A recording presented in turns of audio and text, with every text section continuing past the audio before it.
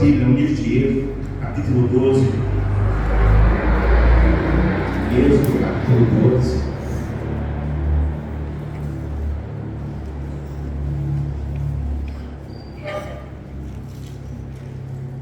Disse o Senhor a Moisés e a Arão na terra do Egito. Deus disse para eles: este mês vos será o principal dos meses, será o primeiro mês do ano.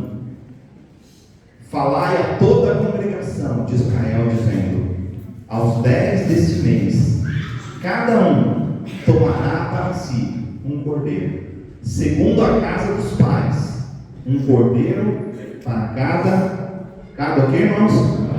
Família. Mas se o que?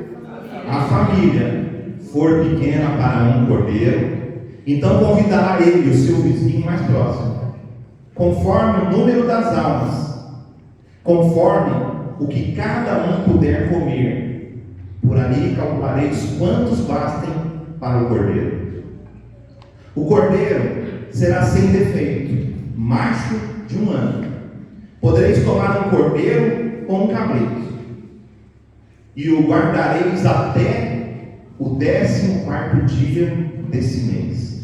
O guardareis até o 14º dia desse mês. Não tem a ver com a nossa palavra aqui, mas isso aconteceu com Jesus, né? Lá, quando ele foi entrar em Jerusalém, ele entrou em Jerusalém 4 dias antes dele ser crucificado. Tá bom? E de todo o ajuntamento fala congregação, vamos lá? De Israel, o iluminará no crepúsculo da tarde. Então, toda a congregação aqui, para a gente, é igreja, né? Quando a gente se reúne, tomarão do sangue e o porão em ambas as ombreiras e na verga da porta, nas casas em que comeram. Então eles se reuniram como igreja, sacrificaram o cordeiro, fizeram o sacrifício, pegaram o sangue, levaram para suas casas. E é interessante porque naquele tempo ainda não tinha ainda o sacerdócio, né? Deus ainda não tinha estabelecido o sacerdote. Então o sacerdote naquele tempo era o pai, o líder da família, tá certo? Era ele que fazia isso. Então naquela noite comerão a carne assada no fogo, a carne assada no fogo, com pães, asmos e ervas amargas. O que era para comer então? Volta lá. Carne assada no fogo, fala carne assada no fogo. Pães sem fermento, é o asmos, e ervas amargas. Vamos lá. Não comereis do animal nada cru. Fala para o irmão, nada cru. Nem cozido em água, porém assado ao fogo. Engraçado esse negócio, né? Por que não cru, nem cozido em água? Por que isso, né? Porém assado ao fogo, a cabeça, as pernas e a fressura. Nada deixareis dele até pela manhã. O que porém ficar até pela manhã, queimá-lo-eis. Desta maneira o comereis: lombos cingidos, sandálias nos pés e cajada na mão. Comê-lo-eis à pressa, é a Páscoa do Senhor. Porque naquela noite passarei pela terra do Egito, e ferirei a terra do Egito, todos os primogênitos, desde os homens até os animais. Executarei juízo sobre todos os deuses do Egito. Eu sou o Senhor. O sangue vos será por sinal nas casas em que estiveres. Quando eu vir o sangue, passarei por vós, e não haverá entre vós praga destruidora, quando eu ferir a terra do Egito. Então, eles iam colocar lá o sangue nas portas, né? Entraram para dentro de casa e foram celebrar então a Páscoa. Enquanto eles celebravam a Páscoa, o espírito destruidor, ele veio um demônio destruidor que ia matar um monte dos filhos mais velhos, e eles começaram a passar por cima E ouvia-se então um grito nas casas. Vamos lá. Este dia vos será por memorial. Fala memorial. E o celebrareis como solenidade ao Senhor. Nas vossas gerações o celebrareis por estatuto perpétuo. 7 dias comereis pães asmos. Olha lá, pão sem fermento. Logo ao primeiro dia tirareis o fermento das vossas casas, pois qualquer que comer coisa levedada, desde o primeiro dia até o 7º dia, essa pessoa será eliminada de Israel. Ao primeiro dia haverá para vós outros santa assembleia. O que é santa assembleia? A palavra assembleia significa também reunião, e a gente se reunir. Também isso aqui simboliza a igreja. Ao 7º dia tereis santa assembleia, nenhuma obra se fará nele, exceto o dia que diz respeito ao comer. Somente isso podereis fazer. Guardai, pois, a festa dos pães asmos, porque nesse mesmo dia tirei vossas hostes da terra do Egito. Portanto, guardareis esse dia nas vossas gerações, por estatuto perpétuo. Vamos parar por aqui, porque o texto é longo. E aí pode ser que a gente vai ler mais alguns versículos durante a pregação. Depois você lê o texto todo na sua casa, tá certo? Para a gente poder ter mais tempo, para a gente poder não atrasar o culto. Tá legal? Bom, a Páscoa, hoje, se nós fôssemos dar um título para a nossa palavra, seria Páscoa libertadora. Por que Páscoa libertadora? Porque o dia da Páscoa foi um dia de libertação. Foi um dia que Deus agiu de forma poderosa. A Bíblia fala que com um mão forte Ele tirou o seu povo do Egito. A palavra Páscoa, eu me lembro quando eu estava fazendo a faculdade, o professor pegou essa palavra Páscoa e ele mostrou para a gente, né, que Páscoa significava passar por cima. Passar por cima. É como se a gente pulasse um obstáculo e deixasse alguma coisa para trás. Não deixasse aquilo impedir a gente. Mas também passar por cima pode se referir também àquele demônio destruidor que veio passar por cima das casas. Bom, qual que é o propósito então da Páscoa? O propósito principal da Páscoa era a libertação espiritual e física. Dos poderes de Faraó, a libertação física. E dos poderes do Egito, a libertação espiritual. Era isso. O Faraó, ele representa o demônio, o diabo. E o Egito representa o mundo. Então a Páscoa foi feita por quê? Porque um dia alguém clamou. As pessoas, os judeus que estavam lá, os hebreus ainda não eram chamados de judeus, eles estavam lá no Egito, e eles começaram a clamar a Deus, porque eles não estavam mais aguentando o sofrimento que eles tinham no Egito. Né? O Faraó não queria que eles tivessem filhos, né? Tem gente que às vezes para não ter filho ele faz ele usa métodos, como que fala? Contra. É contra isso aí que você falou. O Faraó, ele usou uma outra coisa. O que ele fez? Deu muito trabalho pessoal. Falou: vamos dar trabalho para a esposa. Aí eu quero ver. Eles vão tudo chegar em casa cansado. Quero ver ter filho. Não vai ter filho mais. Entendeu? É uma forma, olha só, muito trabalho. É uma forma de combater a família. Porque a família não é só trabalho. Você entende? Família não é só trabalho. Mas isso nem está na nossa palavra aqui. Não sei nem por que eu estou falando isso. Mas fica aí para a gente. Né? Então o Egito representa o mundo. O Faraó representa o diabo. E aí a Páscoa é assim: quando Deus ele vai fazer algo na terra, Ele sempre fala com os homens. Deus fala, né? Deus dá a palavra dele para os homens, porque Deus um dia deu autoridade para o homem sobre a terra. Ele não tirou a autoridade do homem da terra. O diabo tem roubado a nossa autoridade. Mas Deus não roubou, não. Deus deu autoridade e não tirou autoridade. Há uma autoridade espiritual sobre a nossa vida.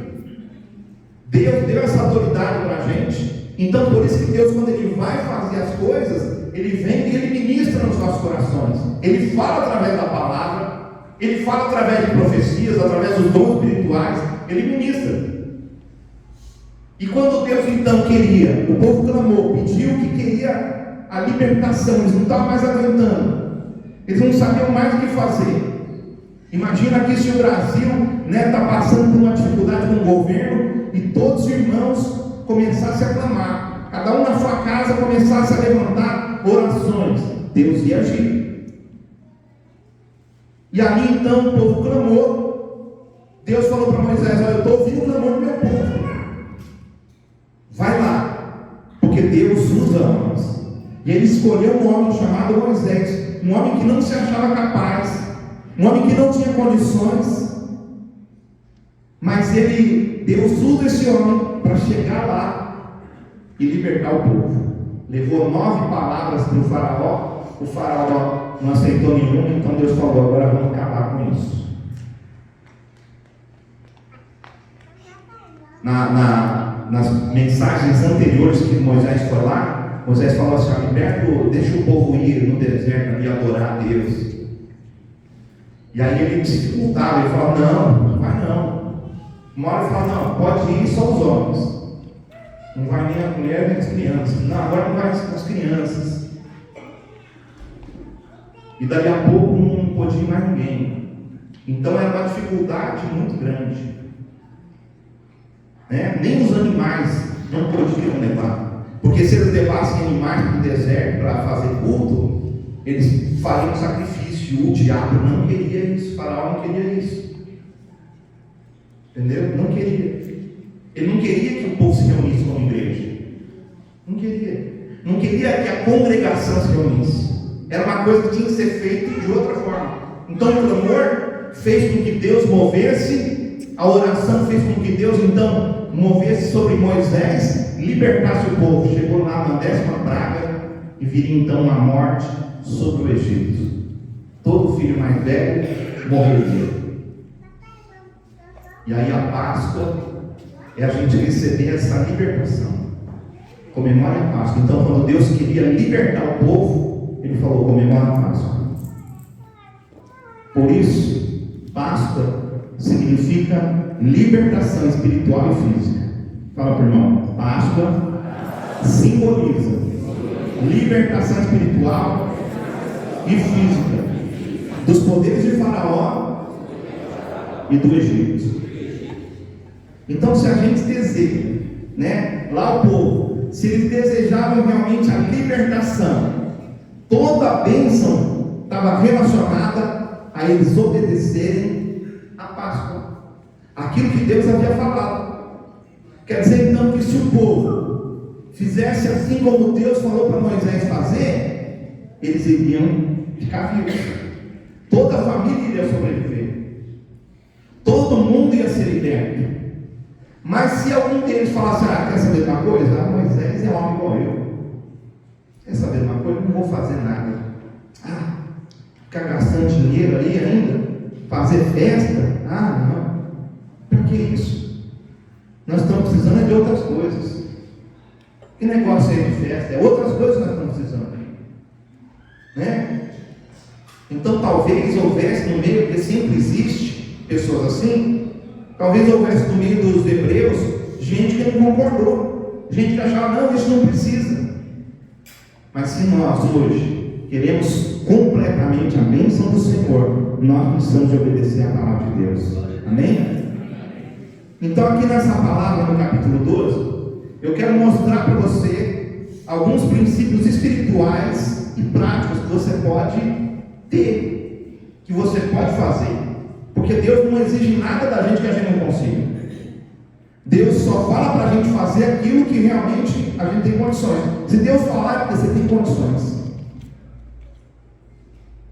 Lá no deserto, quando o povo já tinha saído, Deus falou para o Moisés: fala para o povo trazer ouro e prata e fazer ofertas, porque nós vamos fazer um tabernáculo.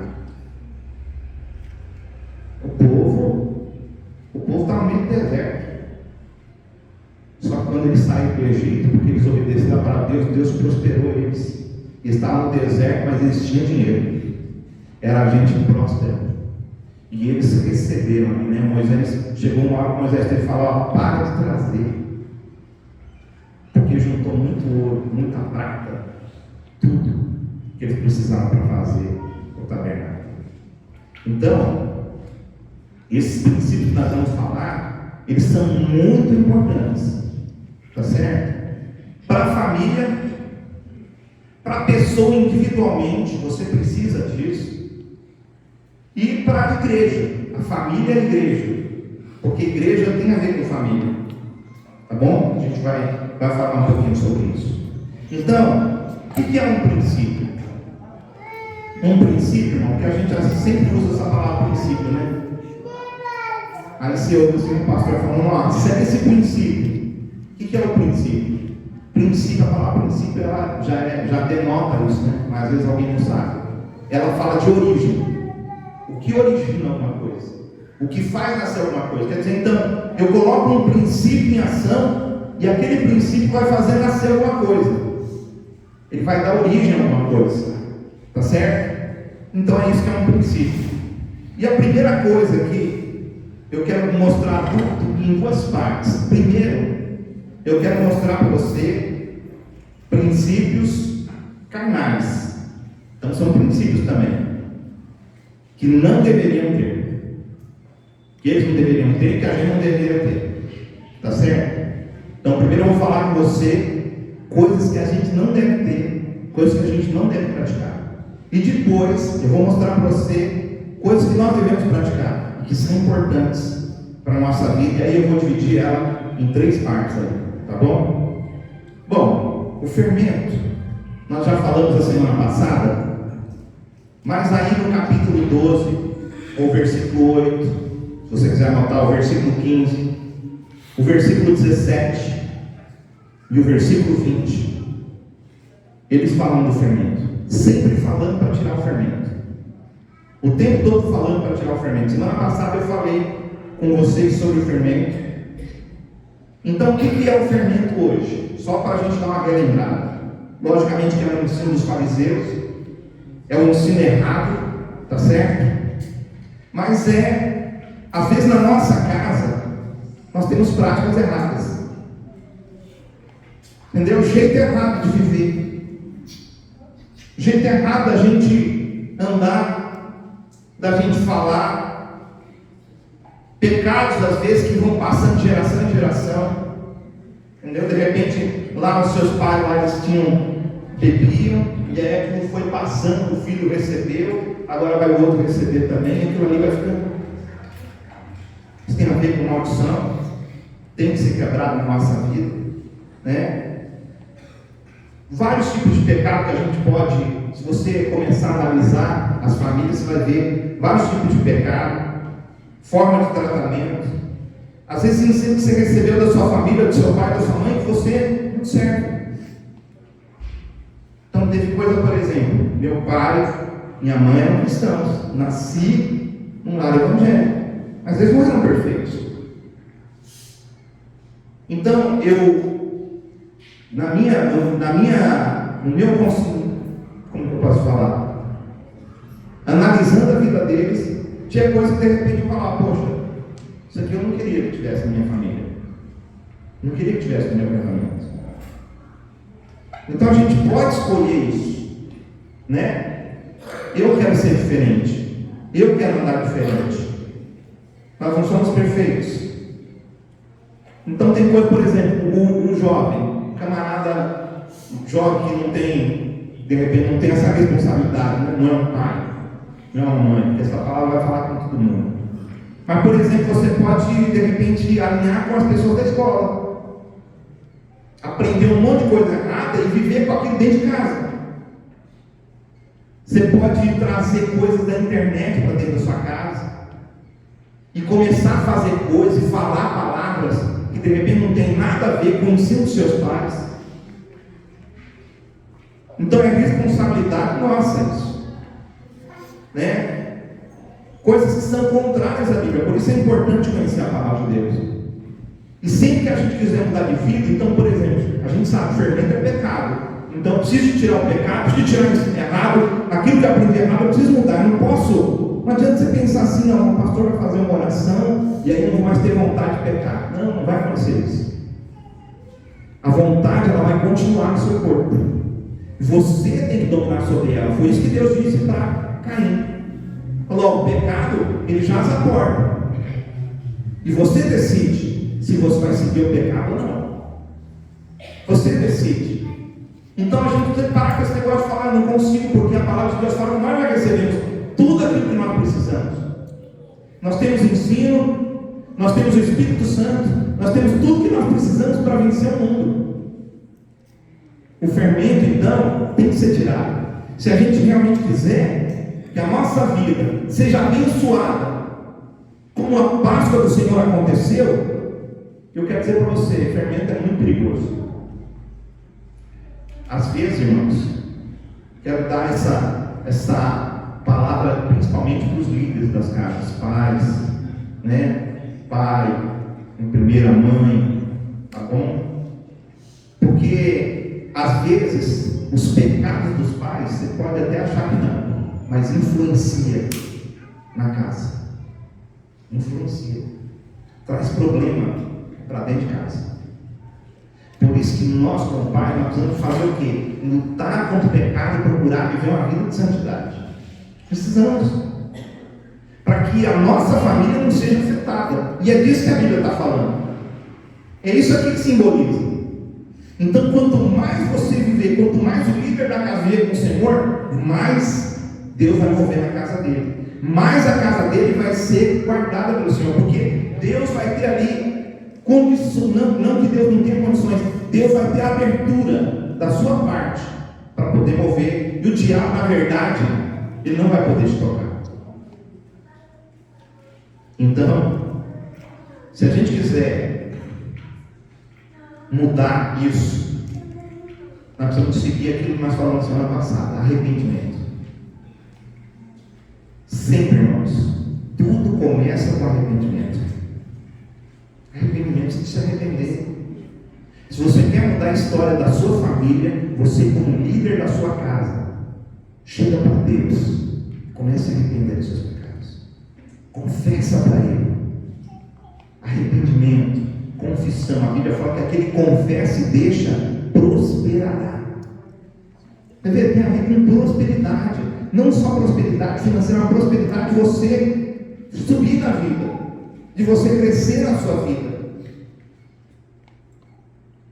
E pedir perdão para Deus, porque na verdade todo pecado ele machuca e detona com a nossa vida, mas ele ofende a Deus, porque Deus não peca. E quando um filho faz aquilo que o pai não faz, você está ofendendo seu pai. Se você tem uma prática que seu pai não te ensinou, isso é uma ofensa. Bom, então, isso aí é o fermento. Não podia comer nada cru e ser assado inteiro. Tá bom? Não podia ser comido nada cru, então. E tudo tinha que ser assado. Bom, isso aqui está lá no versículo 9, né? Que a gente já leu. Mas ele fala o quê? Ele está falando aqui de santidade, que tem a ver com a primeira parte. Então, não dá para a gente viver uma vida de santidade se a gente tiver uma vida de pecado. Mas se a gente abandonar a vida do pecado, aí nós podemos desenvolver uma vida de santidade. Então, depois que você se arrepende, depois que você confessa, depois que você deixa a prática do pecado, o próximo passo é o quê? É você santificar a sua vida. É você se separar para Deus. Então, por que era totalmente, não podia comer nada cru? Porque no Egito, eles faziam sacrifícios com carne crua. Então tinha que ser totalmente contrário ao Egito. Outra coisa que por que não podia ser, por exemplo, cozido na panela? Porque porque os egípcios também, eles faziam o sacrifício, eles pegavam lá a carne crua e eles jogavam água fervente em cima dela para fazer os seus sacrifícios aos outros deuses. Só que Deus, nosso Deus é único, Ele é diferente.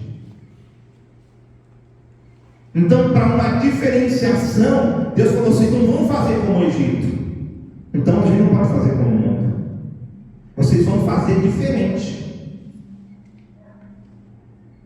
Então a santidade aqui tinha a ver com fazer as coisas totalmente contrárias ao que o Egito fazia. Outra coisa era o cordeiro ia ser assado com tudo, com as entranhas. E por que isso também? Porque lá no Egito, quando eles faziam o sacrifício, não era cordeiro, era bode, era boi, o que eles faziam? Eles consultavam as entranhas. Ele pegava o sacerdote egípcio pegava as entranhas do animal e fazia consulta aos espíritos com as entranhas. E Deus falou: não, vocês não vão fazer isso, vocês vão fazer diferente. Bom, por que então tinha que ser assado? Porque o fogo, ele é purificador. Fogo simboliza uma purificação, de trazer purificação, né? Você vê quando a Bíblia fala que lá no Apocalipse que o olhar dele era como fogo. O olhar dele era como fogo, porque quando Deus olha para a gente, Ele mostra para a gente quem a gente é, e a gente se arrepende e a gente muda. Porque é purificador o olhar. Quando Deus olha para você, você vai se sentir constrangido, você vai querer mudar de vida. Bom, então o fogo, ele é purificador. Tinha que ser tudo, tinha que ser por inteiro. Por que tinha que ser o cordeiro inteiro? Porque Deus, Ele não quer uma parte só de você. Fala para o irmão: Deus não quer só um pedaço de você. Fala: Deus quer você inteiro. Fala: a sua vida inteira. Deus quer o seu corpo inteiro. Tem gente que fala: não, Deus só interessa pelo coração. Não, Deus não tem açougue. Não é verdade? Deus não quer uma parte. Ah, Deus só quer só a picanha. Não, Deus quer tudo. Fala para o irmão: Deus não quer só a sua picanha, não, irmão. Fala: Deus quer tudo. Tá certo? Deus quer você por inteiro. Então isso simboliza que Deus quer a gente por inteiro. Agora é importante a gente saber o que a gente não deve praticar. Sim, e é simples o que a gente não deve praticar. Mas é muito mais importante a gente saber os princípios que nós devemos praticar todos os dias, o máximo que a gente puder. E quando a gente perceber que a gente saiu fora do trilho, a gente se arrepender e voltar de novo. Porque pode acontecer, irmãos. Pode acontecer. Entendeu? É por isso que nós temos um advogado, que é Jesus. Tá certo? Então, vamos lá então. Agora, falei primeiro princípios espirituais que nós não podemos. Agora eu vou te falar de princípios espirituais que nós devemos praticar. E o primeiro princípio tem a ver com unidade. Olha o que Deus fez. Deus pega o povo, Ele junta o povo. Ele chama toda a congregação. Quer dizer então que fazer o sacrifício, pegar o sangue junto ali, a igreja toda, era diferente do que fazer sozinho. Tem gente que acha que não precisa de igreja. Quem acha que não precisa de igreja é porque acha que não precisa dos outros. É uma pessoa individualista. É uma pessoa egoísta que pensa só nela. A igreja, ela faz a gente perder isso aqui. Isso daqui é um tratamento para a gente perder o egoísmo, para a gente começar a pensar mais no outro, para a gente ver que tem gente diferente da gente, para a gente ter mais aceitação. Então a primeira coisa que é necessária aqui, e que eu vejo, é a unidade. Versículo 3 e 4 do capítulo 12, vou só falar os versículos, fala ali da família, né?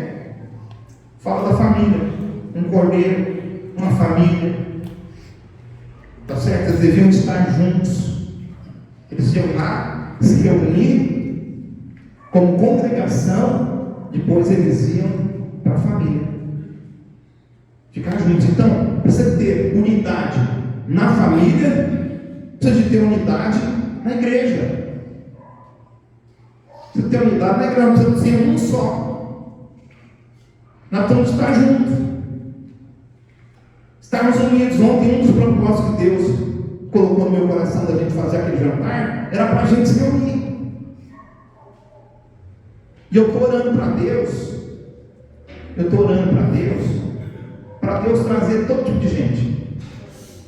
Todo tipo de gente. De toda a classe social.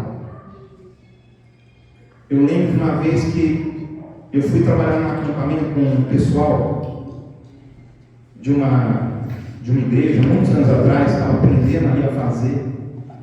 Então eles tinham um outro acampamento que eles estavam contando. Rapaz, que coisa legal, um encontro.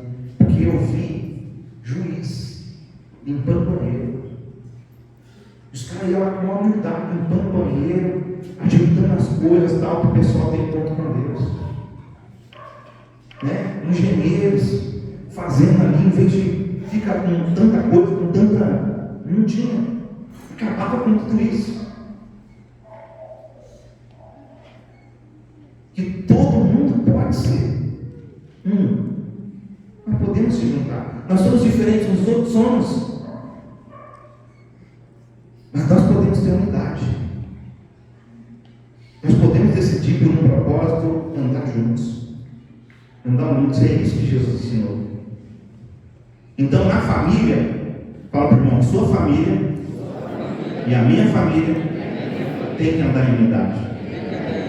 Jesus disse assim, lá em Mateus 12, 25, você deve supor, 12, 25, Jesus disse assim, olha, Jesus, porém, conhecendo-lhes os pensamentos, os fariseus lá, todo o reino dividido contra si mesmo ficará deserto.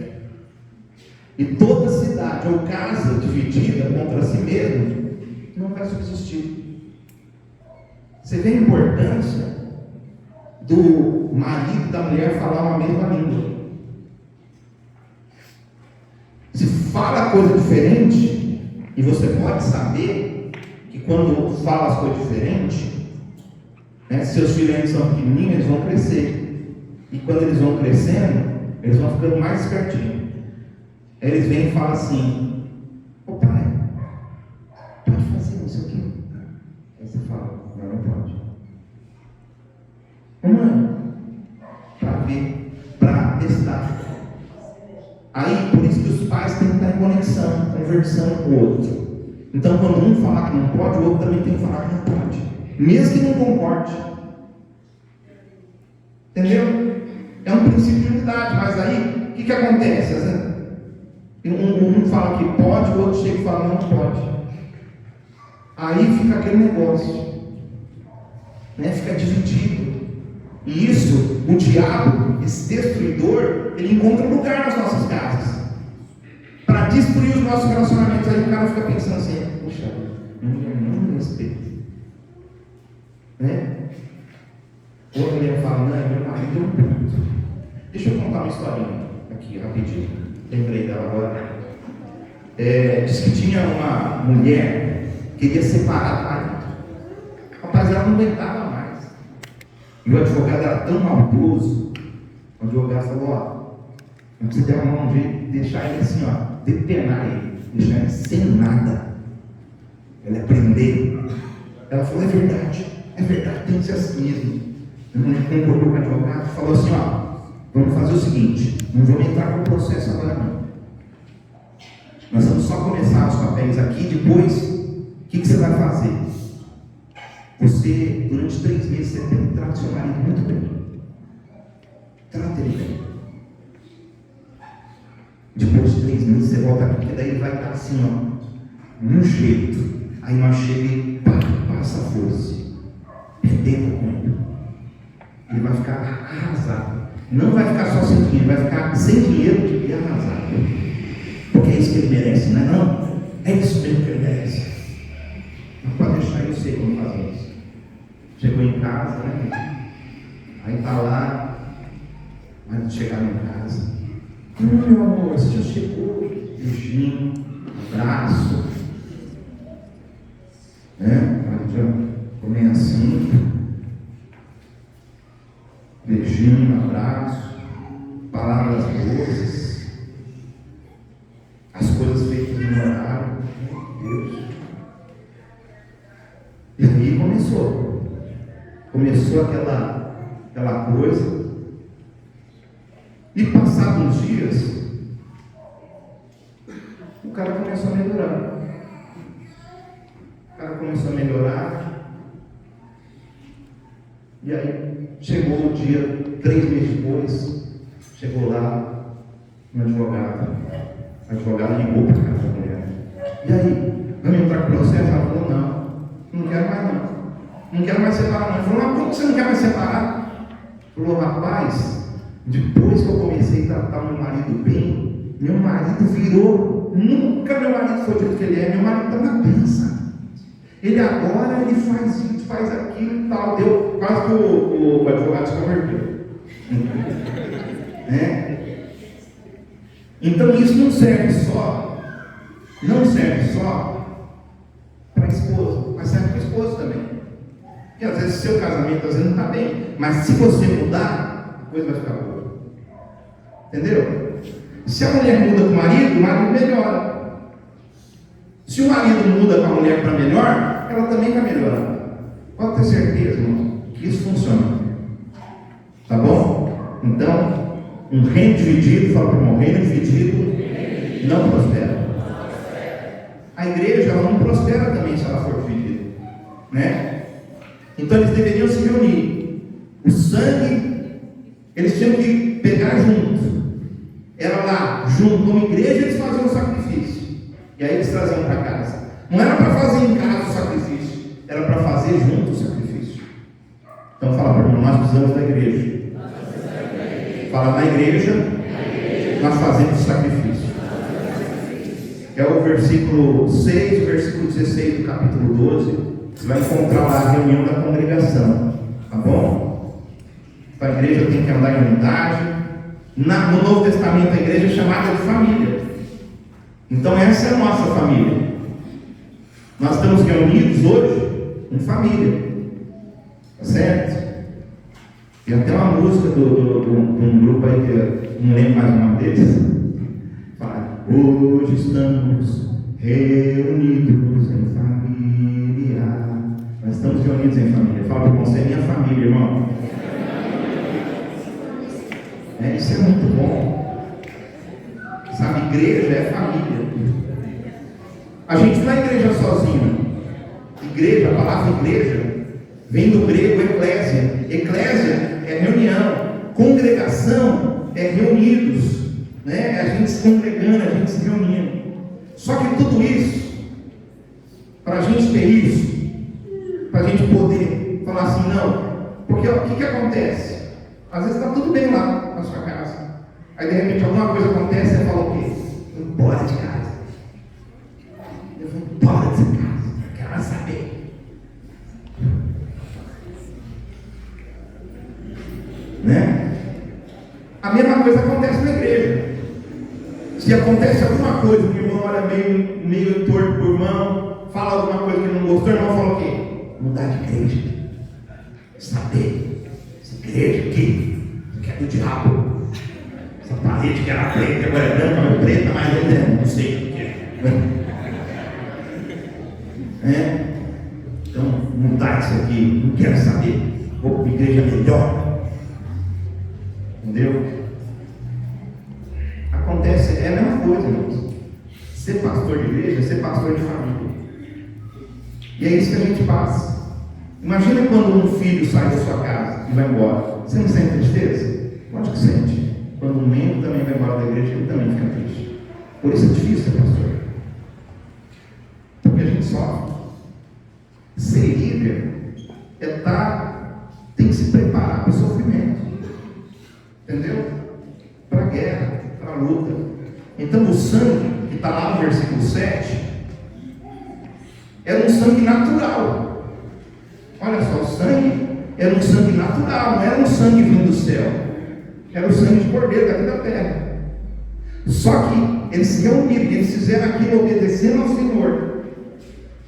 E aí quando eles colocaram o sangue, aquele sangue que era natural, o espírito maligno veio, quando ele viu o sangue, ele, opa, aqui não pode. Vinha assim, ó, aqui não pode. Opa, aqui não tem sangue. Entrava, morriam. Entendeu? Sangue, o que é o sangue? O sangue fala de aliança. Por que o casamento tem que ter aliança? Por que o casamento tem que ter aliança? Porque se tiver problema, não deve ser dissolvido.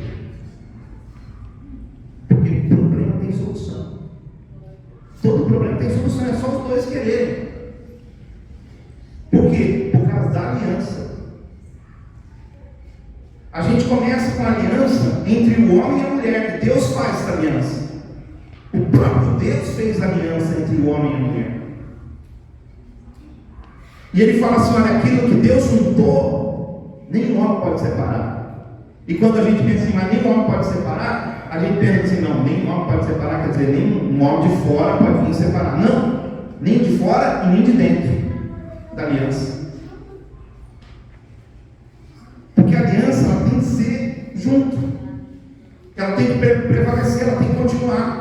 Então não tem como a gente ser igreja, não tem como a gente ser família. Por exemplo, se não tiver uma aliança com a igreja, primeira coisa, qualquer probleminha você vai pedir divórcio, meu irmão. Se você não tem uma aliança com o seu cônjuge, primeira coisa vai pedir divórcio.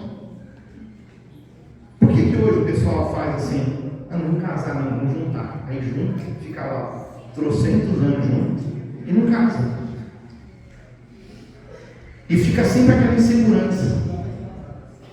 A pessoa, ela não fez aliança. Ela fala, não, dia que eu não gostava, não. Mas se ela não tiver aliança, ela vai falar, não posso ir embora. Eu fiz uma aliança. E aliança, a gente compromete a palavra da gente. Então, tanto com a igreja, como com a nossa família, como com o nosso cônjuge, nós temos que ter aliança. E a aliança fala da gente dar a nossa palavra e não voltar atrás da nossa palavra. Isso é aliança. É mesmo que as coisas não agradem. Por isso que quando a gente vai fazer o casamento, a gente fala o quê? É na alegria e na tristeza. Porque na alegria é fácil estar junto, mas e na tristeza? Na saúde é fácil estar junto e na doença. Entendeu? Na riqueza é fácil, dinheiro para tudo, mas e na pobreza? E a gente vai passar por tudo isso. Nós vamos passar por todas as situações. E o que vai fazer a gente ficar firme? Porque a gente tem uma aliança. Diz que um homem, ele adotou uma menina, né? Junto com a sua esposa, eles adotaram uma família, ele adotou uma menina. E um dia, ele chegou em casa, e a menina já voltou da escola, chegou em casa, fez uma limpeza, pegou dinheiro, pegou um monte de coisa, sumiu.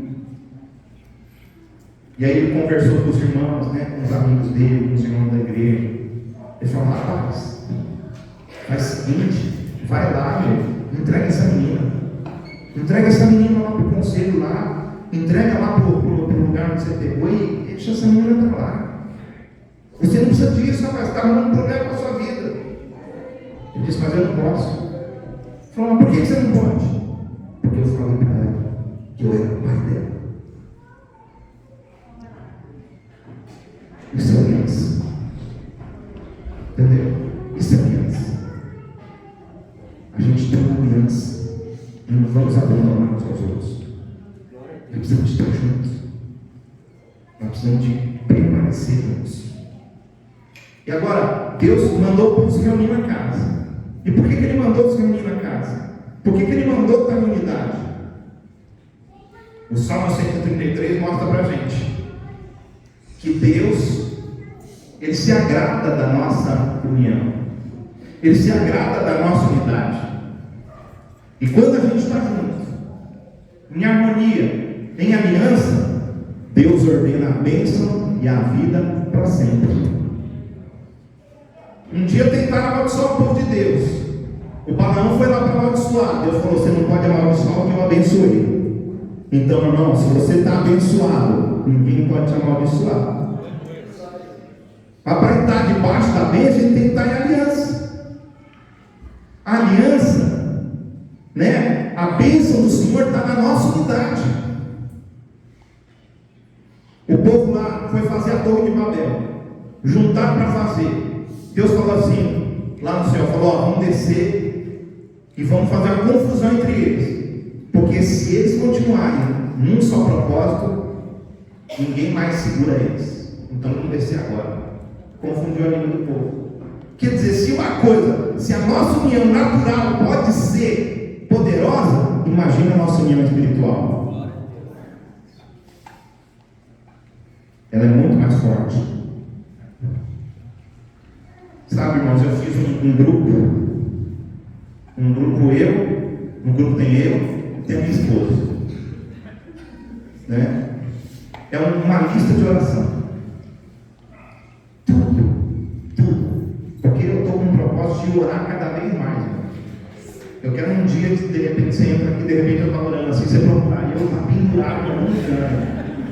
Entendeu? Sendo arrebatado. Pastor, está sendo arrebatado.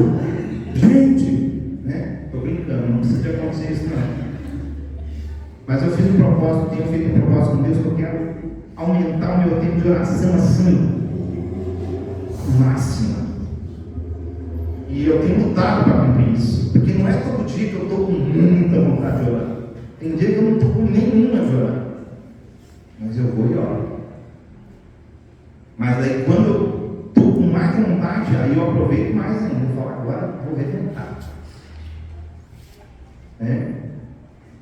E a gente fez então uma lista. Porque quanto maior a lista, maior é o tempo que precisa. Então a gente está sempre ali, colocando as coisas. Vamos orar por isso aqui. E eu quero dizer para você que é muito importante, de repente, você orar junto. Mesmo que não seja no mesmo lugar, mas orar juntos, né? Compartilhar os problemas. Sabe, a aliança não fala só da gente compartilhar as bênçãos, fala da gente compartilhar os problemas também. E às vezes a gente vai segurando tudo, é difícil, né? Porque a gente, ao longo da casa, a gente tem que segurtar tudo, aguenta, mas chega uma hora que você não aguenta. É importante compartilhar. Bom, e aí para ter uma aliança, só dá para começar uma aliança, porque sempre a gente vai ter problema. Fala, irmão, sempre a gente vai ter problema. Fala aí para a pessoa que está do seu lado, de repente sua esposa fala: sempre a gente vai ter problema. Não é porque ela está com medo, né, de falar, né? Porque você pensa: não vou falar não, porque senão vai que a gente tem medo. Não, vai ter. Eu quero falar para você, não é que você profecia, não, você vai ter. Entendeu? Você vai ter. E aí só tem um jeito de solucionar o problema. Sempre vai ter um jeito. E qual que é o jeito? Perdoar. Fala, irmão, tem que perdoar. Fala aí para a pessoa: me perdoa, irmão. Lá em Colossenses 3,13, né?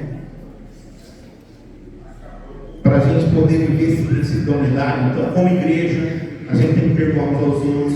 Como família, a gente tem que perdoar uns aos outros. Se você não perdoar a sua família, você não vai ter unidade com eles. Eu vou falar disso agora, não vou acabar a mensagem. Então, para a gente viver esse princípio, precisamos de viver o perdão. Olha, suportai-vos uns aos outros e perdoai-vos mutuamente. Se alguém não tem motivo de queixa contra o outro, assim como o Senhor vos perdoou, fala para o irmão: Jesus perdoou você? Fala: perdoou mesmo? Então perdoou. Pronto, acabou. Você vê como falou? Se Jesus te perdoou, perdoou. Agora, se ele não te perdoou, fala para o irmão: se Jesus não te perdoou, aí você não tem que perdoar não. Bom, então acho que vai ser difícil você não perdoar, vai ter que perdoar. Fala para o irmão: não é opção, irmão. Fala: é uma ordem de Deus. A gente tem em Efésios também, no capítulo 4, versículo 32, a gente também vai encontrar isso. Olha só, antes sede uns para com os outros, benignos, compassivos, perdoando-nos uns aos outros, como também Deus, em Cristo, vos perdoou. Se Deus te perdoou em Cristo, no sacrifício de Cristo, então você tem que perdoar. Agora, vai lá em Hebreus 12, 14. Segui a paz com todos e a santificação, sem a qual ninguém verá o Senhor. Logicamente que sem a santificação ninguém vai ver o Senhor. Ele está dizendo aqui, a gente já falou da santidade aqui para você, que é uma continuação da nossa vida. Aceitei Jesus, me arrependi dos pecados, agora eu vou procurar ver uma vida santa ao Senhor. Se eu cair, eu me arrependo, eu confesso e volto e continuo andando com o Senhor. Mas segui a paz com todos. Fala para o irmão, segue a paz com todos. Fala comigo também. Amém? Glória a Deus. Glória a Deus. O que é a gente não ver o Senhor? Seguir a paz com todos e a santificação, sem ela ninguém verá o Senhor. É porque aqui, para a gente hoje, significa que a pessoa que não está vivendo em paz com todos e não está vendo a santificação, vai ter hora que ela não vai ver Deus movendo a vida dela. Ela fica pensando, acho que é a igreja, eu acho que é o grupo que eu pertenço, preciso mudar de célula, eu acho que é isso. Ela fica procurando onde está o problema. Então a gente coloca a culpa nos outros, ao invés da gente assumir a responsabilidade e falar, não, eu preciso mudar, eu preciso resolver. Vamos lá então? Bom, então o primeiro princípio é a unidade. Aí tem a unidade, tem a família, a igreja, que só consegue se unir pelo sangue, se tiver aliança. Sem aliança você não consegue. Você vai desistir. Tem que ter aliança, tem que ter palavra, tem que firmar a sua palavra, tem que cumprir a sua palavra. Porque a Bíblia fala, seja o sim, sim e o não, não. O que passar disso é do diabo. Eu já vi muita gente às vezes falando sim, sim, sim, e de repente fala não, para a mesma coisa. Então está errado. E aí você fica reclamando e falando, mas Deus não está me abençoando, mas é lógico, você não faz, não cumpre aquilo que está escrito na palavra. Não é que Deus não está te abençoando, Deus quer te abençoar, mas você está abrindo brechas para o diabo. Bom, a segunda coisa que a gente vê nesse capítulo 12 é o ensino. Então, além da unidade, da gente ser família, da gente ser a gente tem que ensinar. O ensino é para todos. A gente aprende e a gente ensina. Né? O fermento é a gente tomar cuidado com os falsos ensinos. E a gente só pode reconhecer algo falso se a gente souber o que é verdadeiro. Se você não souber o que é verdadeiro, o pessoal dá um falso para você e você pega e engole. Mas se você souber que é o verdadeiro, na hora que você for experimentar, você fala, não, isso aqui não é o verdadeiro, isso aqui é o falso. E para isso a gente precisa aprender. Porque ninguém sabe tudo. Nós precisamos estar prontos para aprender com Deus, com pessoas. E se existe então algo importante, que nós estamos falando aqui também da família, é aquilo que a gente ensina. Ou melhor, se a gente deixa de ensinar também, é um problema. Porque se tem uma coisa que a gente pode deixar para os nossos filhos como herança, às vezes a gente pensa, vou deixar dinheiro, vou deixar bens. Mas a melhor coisa que um pai e uma mãe podem deixar para um filho é o ensino. Porque ninguém pode tomar bem do ensino.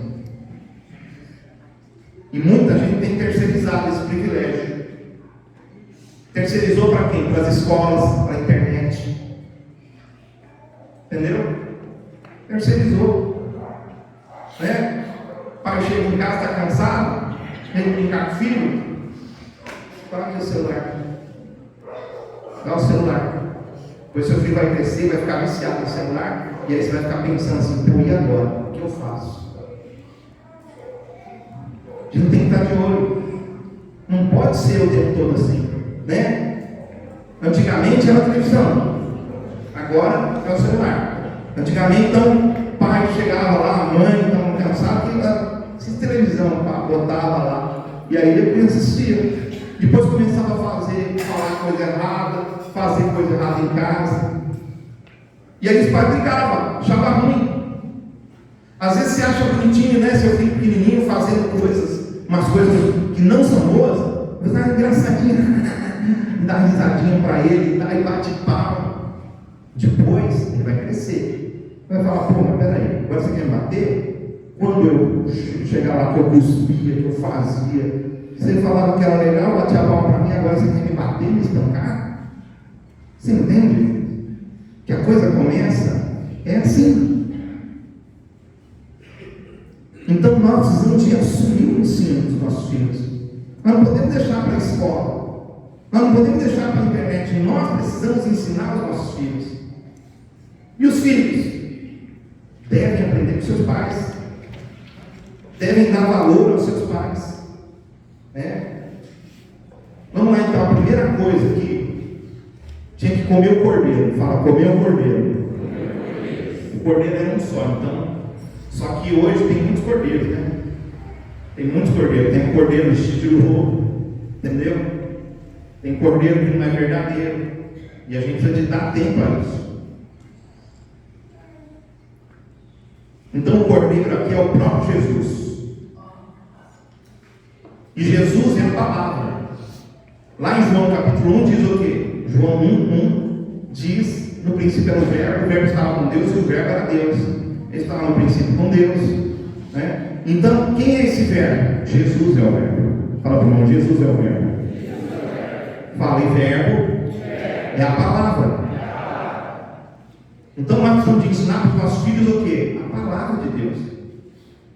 Se tem uma coisa que eu e minha esposa nós fizemos investimento, foi nos nossos filhos, para eles crescerem na presença de Deus. Então tudo que a gente podia investir, né? Participar das coisas da igreja, porque eles eram ativos na igreja, desde pequenininho, estava em tudo para a gente na igreja. Né? Em casa a gente ia brincar, eles brincavam, sabe o quê? Às vezes fazer culto. Né? Fiquei sabendo esses dias, né, que o Estevam, a Rebeca, a Giovana juntavam lá a galerinha lá e falava, vamos fazer um culto hoje aqui. E aí fazia culto. Entendeu? É a brincadeira. Né?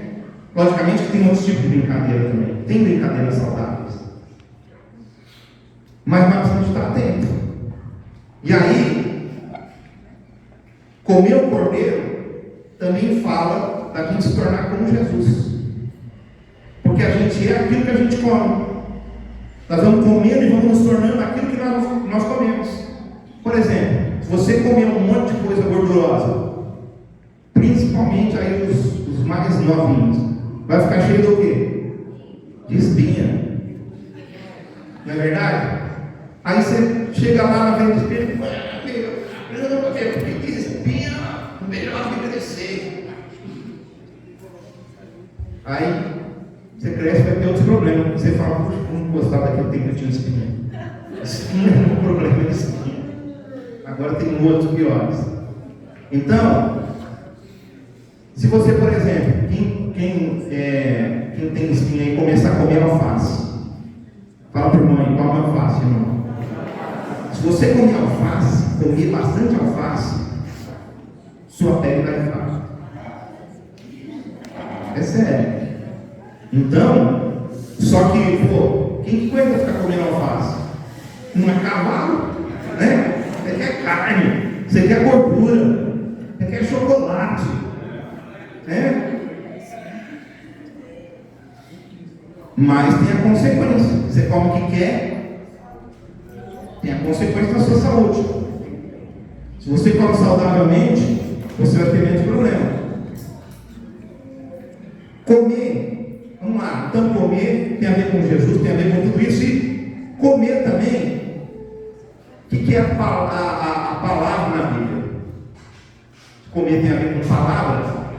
A nossa palavra, ou a palavra de Deus, qualquer jeito, qualquer palavra, ela é alimento. Você quer ver como ela é alimento? Se você recebe uma palavra de alguém, né, alguém chega e fala um negócio para você, e você não gosta daquela palavra, mas entrou em você, e aí você fica com raiva daquela pessoa, e você vai alimentando aquilo vai ficando mais forte dentro de você. O que é isso? É porque a palavra é alimento. precisa tomar cuidado com o que a gente fala. Como pai, como mãe, a gente precisa tomar cuidado com o que a gente fala. Como filhos, nós temos que tomar cuidado com o que a gente fala. Porque como que a gente está vendendo a nossa casa pode trazer problema. Então fala para o irmão, cuidado com essas palavras suas aí. Valeu, eu vou tomar cuidado com as minhas palavras. Provérbios 18, 21. Então o que você faz com as palavras? Profetiza, procura ser assim. Às vezes você não vai ser, pede perdão para Deus e continua. Entendeu? Às vezes você não vai ser, mas não desiste porque você errou. Você retorna para o caminho. Arrependimento é a gente retornar para o caminho. E sempre o arrependimento é o começo. Então olha só, lá em Provérbios 18, 21, a morte e a vida estão no poder da língua, o que bem utiliza para o seu fruto. Então profetiza, não fala palavrão dentro de casa, palavrão da brecha para demônio, não fica falando besteira, coisas de duplo sentido, entendeu? Cuidado, porque isso vai influenciar. E quem faz em casa, um dia vai fazer na rua. E às vezes na rua as pessoas se seguram. Eu não posso fazer isso aqui. Mas uma hora você vai soltar. Quem faz em casa, vai na igreja. Uma hora vai soltar. Uma hora a coisa vai explodir. Você vai ver. Então a gente tem que tomar cuidado. Para a gente mudar. Não para se esconder. Comer ervas amargas, irmão. Fala comer erva amarga, irmão. Erva amarga é símbolo de sofrimento no Egito, né? Então era para eles não se esquecerem. Então na Páscoa tinha que comer erva amarga. E não tinha escolha não. Viu, Mateus? Não podia escolher não. Não quero comer isso aqui não. Eu não gosto disso aqui. Tem mais algum Mateus por aqui? Eu acho que tem um monte. Tem um monte. Tem um monte. Só fica escondido, ele já se revelou. Entendeu? Então, não tinha esse negócio. Era todo mundo tinha que comer. Erva amarga ia comer. Então a gente, o que significa isso para a gente hoje? Você não pode dar tudo que seus filhos desejam. Porque se você der tudo que eles desejam, eles não vão entender o que é a vida. Jesus falou do que é a vida. No mundo vocês vão ter aflições, mas tenham ânimo. Vocês precisam ter ânimo, não é ter as coisas. Tenham ânimo, sejam animados, porque é só com ânimo que você vai vencer o mundo. Seja animado, seja uma pessoa de fé, e você vai vencer o mundo. É isso que a gente tem que ensinar para os nossos filhos. E é por isso que a gente está falando de ensino aqui. E é isso que os filhos têm que aprender. E se você não está aprendendo, você está aqui e fala, mas meu pai e minha mãe não está aqui. Aprende você com a palavra de Deus. Tá certo? Então, outra coisa, não seja super protetor. Tem pai que é assim com o filho, assim, ó. Né? Vai escondendo, né? Então ninguém pode falar nada para o menino que... Eu lembro que uma vez um dos nossos filhos chegou e falou assim: ô pai, a professora fez isso comigo, né? Logicamente que a gente tem que saber o que foi feito, né? Só que daí eu fui ver um negócio e aí a pessoa já fica como? Já fica lá do filho já. Não sabe o que aconteceu e já fica lá do filho. E eu fui lá ver a situação e eu vi que a minha filha estava errada. E eu falei, ó, tá vendo? Eu estou ensinando você. Você não aprende com a gente, vai aprender na vida. Se você aprender com a gente, você não vai sofrer na vida. E é interessante, Provérbios fala isso, sabia? Fala assim, ó, quando teu pai e tua mãe te ensinar, você pega isso, você guarda bem isso, você segue isso, porque essas palavras que seu pai e sua mãe te ensinam, isso aí vai guardar a sua vida, vai proteger a sua vida. Provérbios fala isso. Vai te livrar do mal, vai facilitar para você ouvir Deus na hora que você precisar de uma palavra. Deus vai falar com você. Se você valorizar o que seu pai e sua mãe falam. E eu sei que eles não são perfeitos, mas eles foram chamados por Deus para ser seus pais. E aí às vezes os filhos eles vão contra, desonram. Aí num ambiente de desonra, como vai ter bênção de Deus lá dentro? Num ambiente de desonra, como que vai ter Deus lá dentro da casa? Irmãos, se quiser trazer as crianças, pode trazer. Você ficar segurando lá a criançada, não. Eu vou só parar isso aqui, irmãos, para terminar. Memorial. A palavra é muito longa, né? Grande é a caminhada e poucos são os caminheiros. Então, só que a criançada quando vier já fica quietinha, tá? Ela vai sentando a poupança nas cadeiras, não fica andando para a igreja não. Aí a gente tem que colocar, irmãos, ordem na casa, entendeu? Você, pai, mãe, você coloca a ordem, você fala, não, vai tentar, vai ficar quietinho. Não tem nessa, fica quietinho. Senão o negócio vai esquentar por causa de você sabe? Não?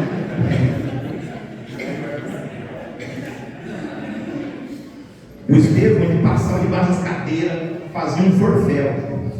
A minha esposa pegava ele, levava ele assim para trás do nosso carro, assim, que a igreja era pequenininha, levava para trás.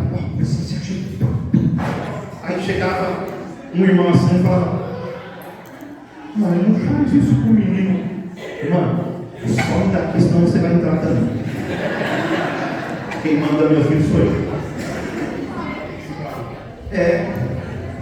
Você não sabe o que está acontecendo. Você só está vendo o chorinho do neném.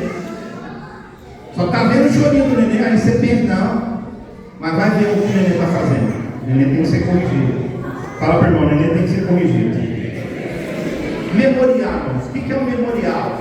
Deus falou assim, ó, tem que ser uma memória. Memorial, a palavra memorial fala de lembrança.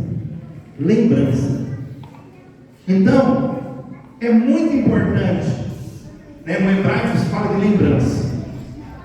E a gente deve ensinar aos nossos filhos, coisas que marquem a vida deles.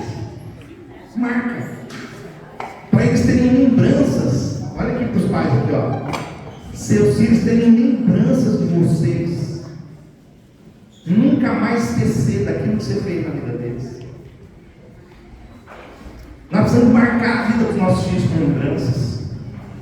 De fazermos coisas juntos. Coisas às vezes simples. Brincadeiras. Meu filho, ele está construindo lá para a filharada lá, meu netinho. Ele está construindo lá pegou uma madeira, comprou uma madeira, está fazendo estradinha, está fazendo uns negocinhos, né? Nos momentos que ele tem de livre, ele faz isso, está construindo. E por que ele faz isso? Porque um dia eu falei, vou fazer isso. Peguei um negócio, falei, vou fazer com meus filhos, vou fazer um negócio, tem uma casinha, uns negocinhos. Fiz aquele negócio para eles brincar. Minha esposa às vezes até ficava triste comigo, porque eu não podia ver um brinquedo. Acho que é porque eu não tinha brinquedo direito, né? Meu brinquedo era uma caixinha de pasta de dente. Às vezes eu brincava com uma pasta de dente, que era o ônibus da CNTC para mim. Então a gente tem que ter criatividade, né? Não falta brinquedo para criançada. Então talvez por isso, mas então não podia ver. Entrava num lugar que ficava tio, eu via brinquedo, meu Deus do céu, acabava na Natanael. O homem sumia, ficava só o menininho. E aí o menininho juntava com os filhos e falou, mas esse negócio que legal. Vamos levar isso aqui. Né? Então, nós precisamos marcar os nossos filhos. Marcar.